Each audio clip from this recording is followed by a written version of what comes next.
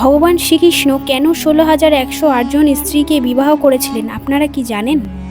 নরকাসুর নামে এক অসুর ছিলেন যিনি খুব অত্যাচারী ও নিষ্ঠুর ছিলেন। সেই অত্যাচারী অসুর তার রাজত্বে অধিক নারীকে বন্দী করে রাখতেন। এই কথা ভগবান শ্রীকৃষ্ণ জানতে পারলে অত্যাচারী নরকাসুরকে ভগবান শ্রীকৃষ্ণ বধ করেন। এরপর নরকাসুরের রাজত্বে থাকা 16,100 নারীকে বন্দিদশা থেকে মুক্ত করেন। বন্দিদশা থেকে মুক্ত হয়ে প্রত্যেক নারী যে যার পিতার ঘরে ফিরে যান, কিন্তু অধিক দিন অসুরের নিবাসে থাকার ফলে তাদের পিতারা ও সমাজ তাদেরকে গ্রহণ করতে চান না। এমন পরিস্থিতিতে তারা প্রত্যেক নারী আত্মহত্যা করার সিদ্ধান্ত নিলেন।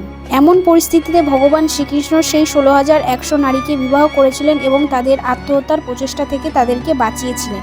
এর বাইরে ভগবান শ্রীকৃষ্ণের আরও 8 জন প্রধান স্ত্রী ছিলেন। তো মোট ভগবান শ্রীকৃষ্ণ 16,108 জন স্ত্রীকে বিবাহ করেছিলেন।